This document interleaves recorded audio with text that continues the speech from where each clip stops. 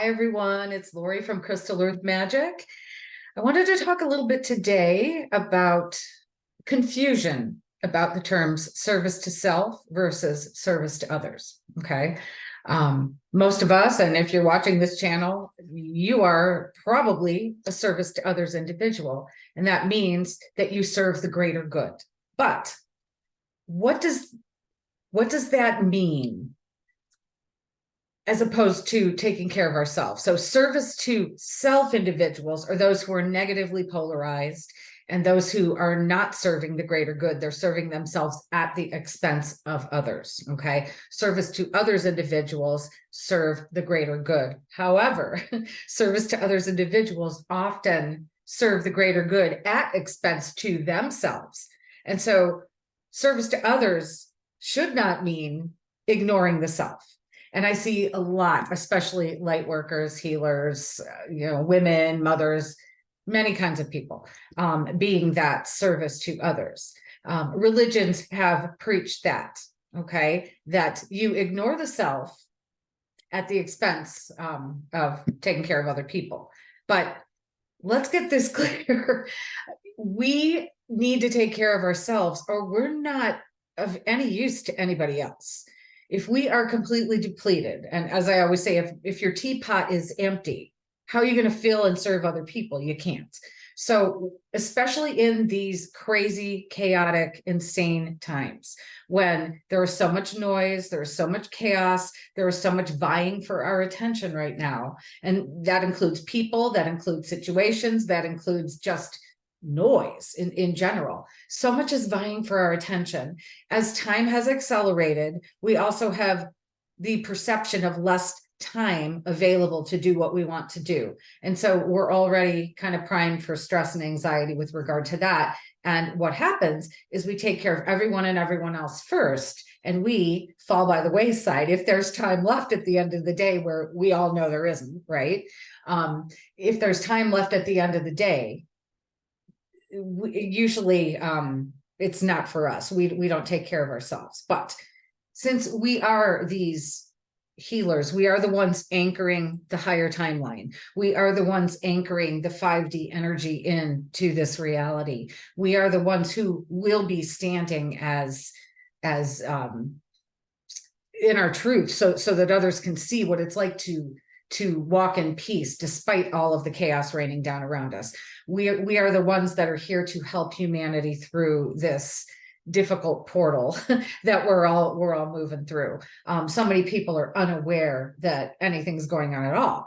But we, being awake and aware, and again, there's many definitions of that too, and there are many. There's a big discrepancy in what are you awake to, what are you aware of. Well, where do we have to start? We have to start by being aware of ourselves. We have to start with that self-love, that self-forgiveness. If we love ourselves, we know that we are of no use to anybody else unless we are full and resonating at the highest level that we can possibly be. As we recall, Yeshua, or Jesus to many of you, said, "Healer, heal thyself." Well, that means putting ourselves first. It is not the same as being a service to self individual. It means that you are taking care of your vessel that is here to serve others. And if you don't take care of your vessel, you won't be able to effectively serve others. So how do we do that? We have got to take time to be still. So many people are running around like a chicken with their head cut off, just busy, busy, busy, busy. And most of that stuff is things that they don't want to do. Yes, we all need to do certain things in our lives, or we feel obligated to do certain things in our life, whether it's work, whether it's taking care of the yard, whether it's taking care of family members, whatever it is. We have to put ourselves first, or all of those things become chores. And we all know what it's like when we feel really run down, we're exhausted, we're stressed, and we haven't taken that self-care time. Everything becomes a monumental chore. So instead of saying, I get to do this, we start saying, I have to do this. And it becomes exhausting and we get more depleted. And guess what? If we don't take care of ourselves, if we don't fill our vessel, if we don't come back into balance, our higher self's going to stop us in our tracks. And we're either going to get sick, so we have to be still. We're going to have an accident or something else happen like that, because we need to come back into balance. We need to fill our vessel up. And in this crazy energy, with all of these cosmic energies coming in, the solar energies coming in, all of the distorted fields around the planet, all of that's going on in the astral field with all the propaganda and just distorted views of everything. Everybody is doing a lot of talking, and really no one's listening. And it's just, we're being bombarded and bombarded and bombarded with so much information all day long, unless you take the time to be still, be quiet. Either get out in nature, get out and meditate. If you want to listen to music while you meditate, great. Meditation is when you shut off the talking and listen. So that's the difference. Prayer is talking, meditation is listening. So listen for the answers. Sometimes all you want to say is, fill me up. Whoever you're talking to, God, source, creator, whatever you want to call it, whether you're talking to your higher self, your angelic teams, whatever you're talking to, your team knows who they are, and they are all an integral part of you. So it doesn't matter. The names don't matter. We are all part of source. Okay. And they know who they are. And when you call them, they are there to help you fill up, especially if you're especially depleted. I see so many of my clients and so many of my friends, acquaintances, just running around like crazy, doing everything for everybody else because they're beautiful, good souls, and they want to help. But at some point they become depleted and they're less effective at what they're doing. And they also start to resent what they're doing. And that's a problem. When that happens, you need to step back and do whatever you need for self-care. Maybe you, like I said, just need to get out in nature. What do you love to do? Do you love to create art? Do you love to create music? Do you love to be out in nature?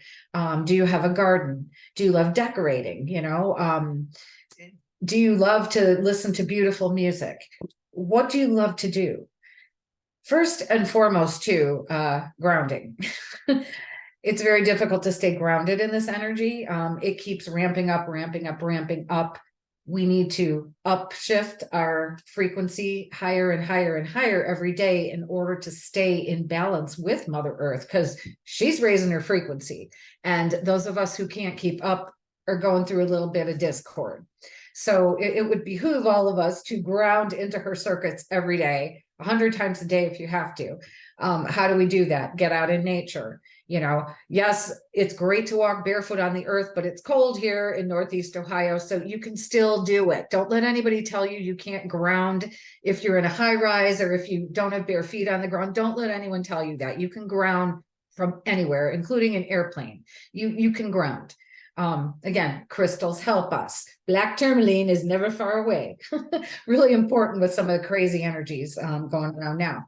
But there's many grounding stones that you can use. Use what you have. Most of the jaspers, the agates, there's just so many. Ruby, garnet, bloodstone, you name it.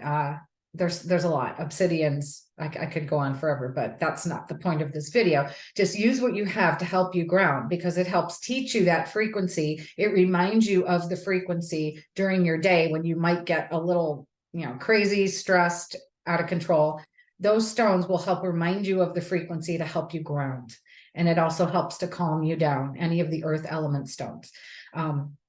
Many different ways. Take a self-healing day to do whatever it is you love. Go to a spa, get a healing session, get your hair done, get your nails done, whatever it is that is self-care to you. Sit in a bath of Epsom salt. There are so many things. Cook a beautiful, healthy meal for yourself. Make beautiful teas from things that you grew in your garden. I could go on and on. Everybody has their own preference as to what they love and what brings them joy and what brings them comfort. Maybe it's just reading a good book or watching a movie. that you love, or something uplifting, an uplifting podcast, or something humorous. Maybe it's going out somewhere that you love to go, seeing a concert, going to a movie, whatever. Only you know what brings you joy. And if you don't, that is step one of what you need to find out. Because if you don't know what brings you joy, that is a conundrum. How do you know what to strive for? And sometimes when we're running around and we don't have time, or we think we don't have time to pay attention to our desires, because we're so busy fulfilling everyone else's, which we really can't do, but we keep trying. If we don't know what brings us joy, how do we ever come into balance? When we are still, when we are calm, when we meditate, when we ground, when we come back to center, we all know that feeling of just being in connection with our source, with our higher self, or with our inner being. We know that feeling. We are in the zone, and everything has more clarity at that point. When we have that clarity, now we can figure out what comes next, or we can hear our soul's nudgings as to what would be the best direction to take. Whether we have a question about what's our next move, whether we have a question about what to do about a particular situation in your life, whether you have a dis-ease or a pain or something that is out of balance, you can hear the answers when you're still. But a lot of people don't take that time to be still, and so they're completely out of touch with their spiritual selves and their inner being, and everything rolls downhill, right, and becomes a physical dis-ease eventually. All those emotions, the thought forms, all that stuff we're not taking care of because we're too busy focusing on everybody else, is going to come back to bite us. And it's not a punishment. It is something to help us get back into balance. Everything that happens is our soul's nudging, our higher self's nudging, our source's nudging to get us back on the path that we had planned for ourselves. And the path we had planned for ourselves was not in depleting ourselves at the expense of ourselves, trying to serve others who a lot of times don't even appreciate what you're doing because they don't understand. That's another thing. We aren't understood, we aren't heard, and that can take its toll as well. So being around people that appreciate you, that understand you. I did another video about authenticity. We're craving those authentic connections with people, because we are around so many people who don't get us and never did.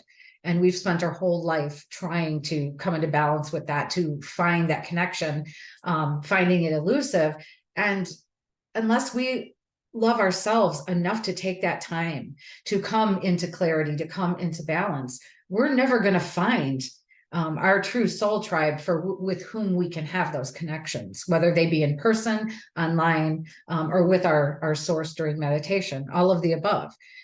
There are no limits. There are no limits, especially as the dimensions open up, as the quantum field becomes more real to all of us. There are no limitations to the connections that we can make with each other and with the realm of spirit.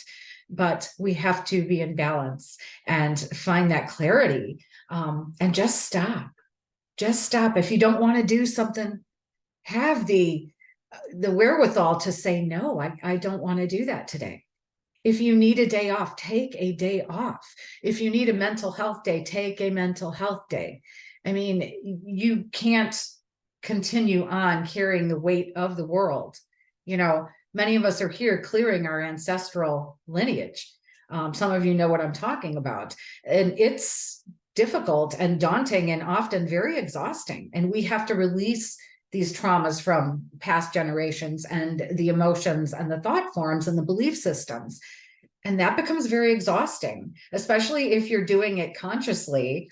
Actually, if you're doing it consciously, I think it's a little easier because you know it isn't you. If you are unconscious about it, but you're still doing it, you might think that you're going crazy and that there's something wrong with you. And even if you are aware of it, it can sneak up on you. But when you take that time to meditate, be still, ground, do the self-care, practice self-love, practice self-forgiveness, do all that stuff. You know where your wounds are. You know where your traumas are. You know where you want to work a little better, a little easier, a little cleaner.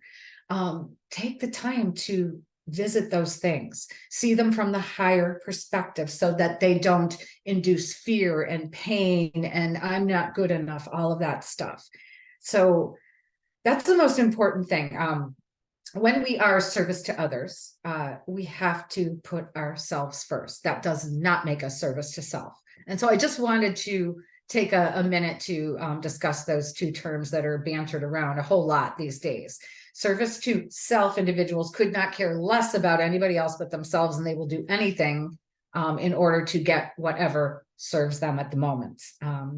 So they're negatively polarized. Service to others, individuals are positively polarized. We work for the greater good, often at the expense of ourselves. And that is the point I want to make. Do not neglect yourself and your self-care just because you are serving others. This is especially true for anyone who is a caregiver in any way, shape or form. If you are a caregiver, you can easily get depleted. If you work with the public in a service role, you can get depleted. If you do healing sessions on other people, counseling sessions, all of that, you can get depleted because you're giving your all to others, but you come in last. So maybe put yourself and your self-care day and time on your calendar. Take the time to do what brings you joy. Put it on your calendar if you have to. Some people are so busy that they don't seem to have 2 seconds to do that. I know many people who say, I want to do this, but I don't have time. I want to do this, but I don't have time. It's like, okay, well, let's look at everything that you have scheduled that is taking precedence over yourself. And it's a lot of stuff for other people that they could probably do themselves. So anyway, that's what I'm seeing in my clients and my friend and family group, that everybody's doing for others at the expense of themselves. So please don't forget your self-care. Service to others does not mean neglecting self. Taking care of self is the most important thing in the world. Healer, heal thyself, right? And so that's just a little message that I wanted to convey. Please do that self-care. Do it every day if you need to, or you're going to be made to be still. We all know, we've all been through that. Haven't we learned enough that we have to put ourselves first? Take a break from social media. Turn off the TV. Do something that is uplifting, soul fulfilling. Do something beautiful for yourself. Just take some time. Get out in nature, ground, whatever it is that you love to do. And if you don't know what you love to do, that's the first place to start. What do you love to do? If you had no responsibilities that day and you could do anything you wanted and there were no limitations, what would you do? And that's where you start. Okay. So anyway, this is Lori with Crystal Earth Magic. Thanks for listening, and I hope to see you in the next video. Bye. Have a wonderful day.